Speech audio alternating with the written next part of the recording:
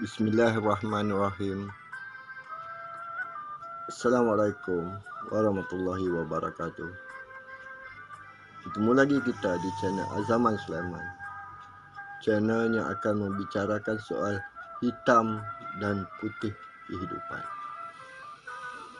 Selamat datang dan jutaan terima kasih dari saya yang hadir ini. Untuk siaran kali ini, saya akan membicarakan mengenai dua Tan Sri PN akan tetap berputih mata. Mereka terus meroyan untuk menjatuhkan kerajaan perpaduan yang di-Pertuan Agong di bawah kepimpinan Datuk Seri Anwar Ibrahim. Jadi, jom sama-sama kita ikuti kupasannya. Saya yakin kita semua tahu siapa Tan Sri meroyan itu. Mengapa mereka terus menaruh harapan untuk menjatuhkan kerajaan perpaduan ini, dan mampukah mereka melakukannya? Jadi tanpa melengahkan masa, jom kita ikuti kupasannya. Jom kita.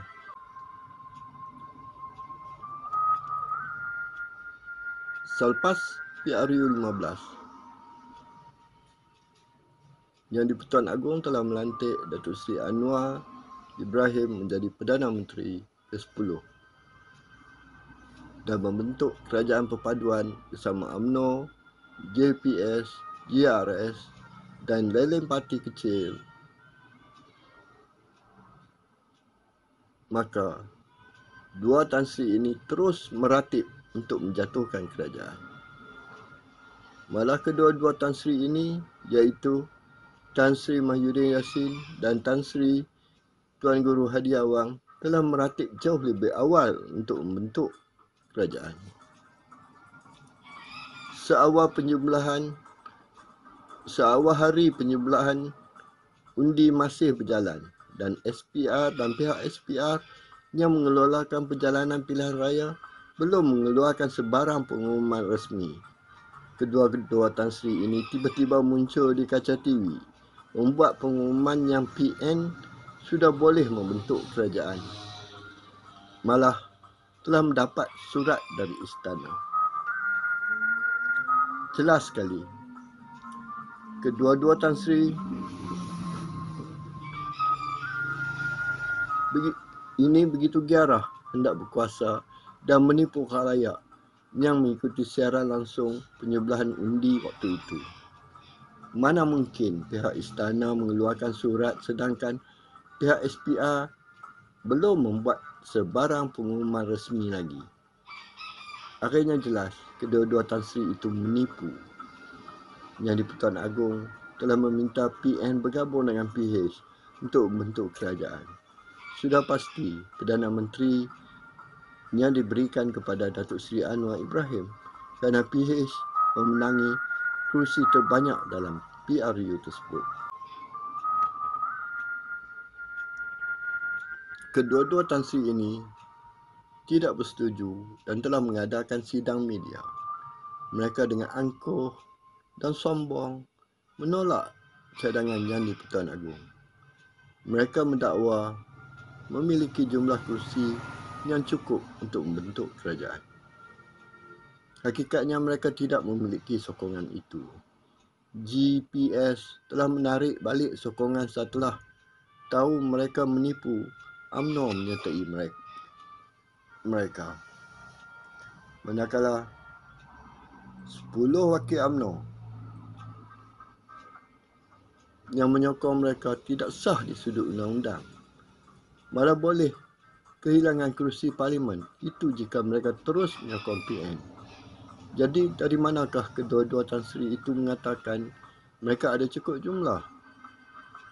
Kedua-dua Tan Sri itu tetap menaruh harapan. Mereka merancang dan yakin untuk menjatuhkan Datuk Seri Dr. Ahmad Zahid Hamidi sebagai Presiden UMNO dan penyokong-penyokongnya melalui tali barut mereka dalam UMNO. Sebelum PRU 15, Datuk Seri Dr. Ahmad Zahid Hamidi telah mula menunjukkan kuasanya dengan memecat dan menggantung beberapa orang pemimpin UMNO. Datuk Ismail Sabri Yaakob sedar sekiranya beliau tidak membubarkan parlimen, beliau juga besar kemungkinan akan dipecat. Menjedari itu, Datuk Seri Ismail Sabri Yaakob membubarkan parlimen.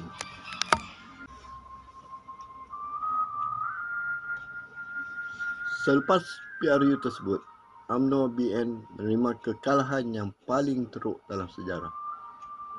UMNO BN hanya menang di 30 kerusi parlimen. Dalam keadaan itu pun, tali barut PN dalam UMNO telah berjaya mendapatkan SD untuk menyokong Tan Sri Mahyudin Yassin sebagai Perdana Menteri daripada 10 ahli parlimen UMNO BN. Kita heran dengan 10 orang ahli UMNO BN itu. Mereka turut sama menggubah undang-undang anti lompat parti dan mereka sendiri cuba mencaburnya.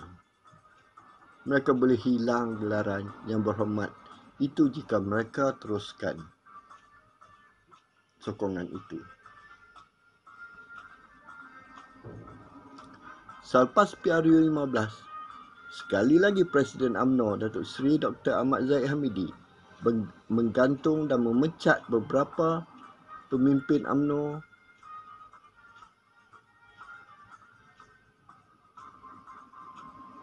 Berdasarkan tindakan ini, diyakini tali barut PN dalam UMNO sudah kurang. Harapan PN untuk menguasai UMNO semakin tipis.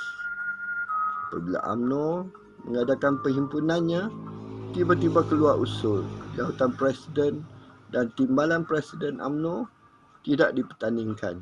Lebih 90% perwakilan yang ada dalam perhimpunan itu menyokong usul tersebut. Namun tali barut dua Tan Sri ini dan dua UMNO terus mempertikaikannya. Mereka mengatakan demokrasi dalam UMNO sudah mati. Harus diingat, usul seumpama itu bukanlah yang pertama kali diadakan dalam Perhimpunan Agung UMNO. Malah mereka menggunakan ahli UMNO membuat bantahan kepada Ros mengenai usul tersebut. Datuk Seri Saifuddin Nasution selaku Menteri Dalam Negeri telah menggunakan kuasanya selaku Menteri membenarkan usul tersebut.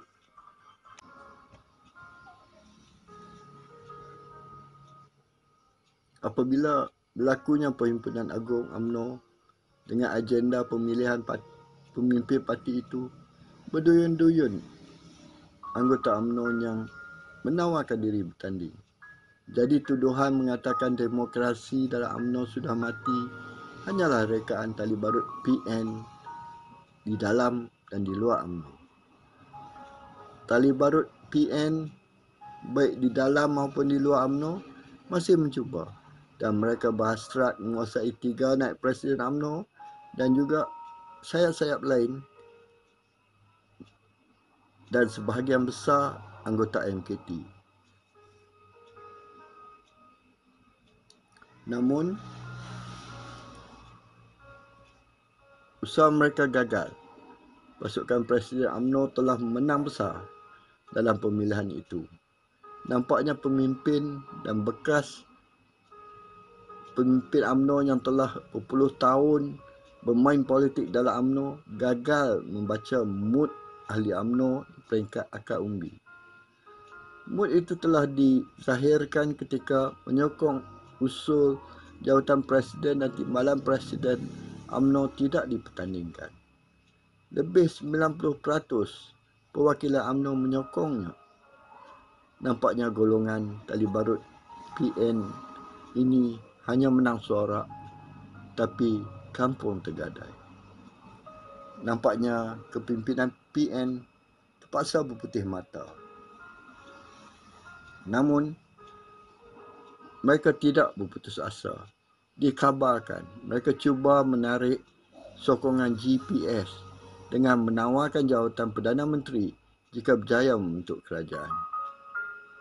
Oleh kerana terlalu garah nak menjatuhkan kerajaan perpaduan yang di-Pertuan Agong, di mana Datuk Seri Anwar selaku Perdana Menteri, mereka sekali lagi gagal membaca mood GPS itu sendiri.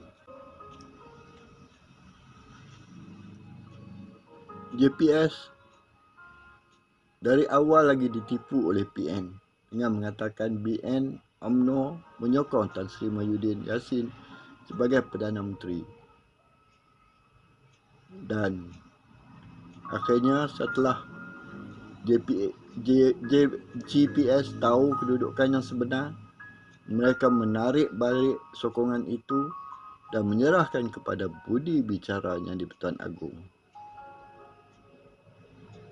Diyakini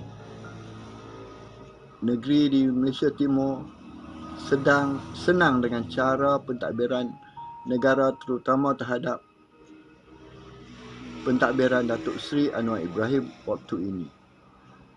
Sudah lama mereka berjuang mengenai MA 63 dan kini sudah menampakkan sinarnya. Mereka juga sedar PN tidak akan melepaskan begitu saja jawatan Perdana Menteri.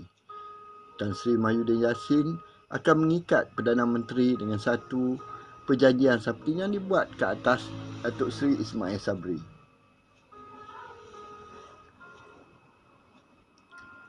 PN dan Tan Sri Mahyudin Yassin rupanya gagal membaca mood politik GPS. GPS tidak akan menyokong mana-mana gabungan tanpa penyertaan BN UMNO di dalamnya. Lagipun sekiranya PN berjaya menarik GPS dan parti-parti kecil lain, PN tetap gagal membentuk kerajaan kerana PH dan BN UMNO sudah memiliki 112 kerusi. Sekiranya PN berjaya menarik sokongan 10 orang ahli parlimen UMNO sekalipun, PN tetap gagal kerana 10 ahli parlimen BN dan UMNO akan kehilangan kerusi mereka. Berdasarkan senario ini, PN sudah tidak punya ruang untuk kembali berkuasa. Terimalah hakikat ini. Terimalah qada dan qada Allah ini dan hadapilah apa yang bakal berlaku dengan tabah dan senang, bersabar sehingga PRU ke-16. Jangan asyik ingat untuk merampas kuasa cara yang tidak betul. Alhamdulillah. Begitulah pembicaraan saya mengenai politik kali ini. Pembicaraan politik di channel ini tidaklah sama dengan channel-channel politik lain. Di sini saya akan mengulas isu-isu politik dari persepsi saya berdasarkan pengalaman saya menjadi aktivis dan penulis politik dulu. Tidak ada maki hamun kerana saya tetap menggunakan etika penulisan politik di majalah dan akhbar dengan mengemukakan isu dan mengupas dan memberikan pandangan agar kita semua berpijak di atas bumi yang nyata, bukan atas naratif dan persepsi yang dibuat. Jadi saya rasa cukup sampai di sini.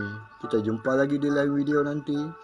Jutaan terima kasih kerana kawan-kawan sudi mengikutinya hingga akhir. Jangan lupa subscribe, like dan komen. Bye-bye. Assalamualaikum.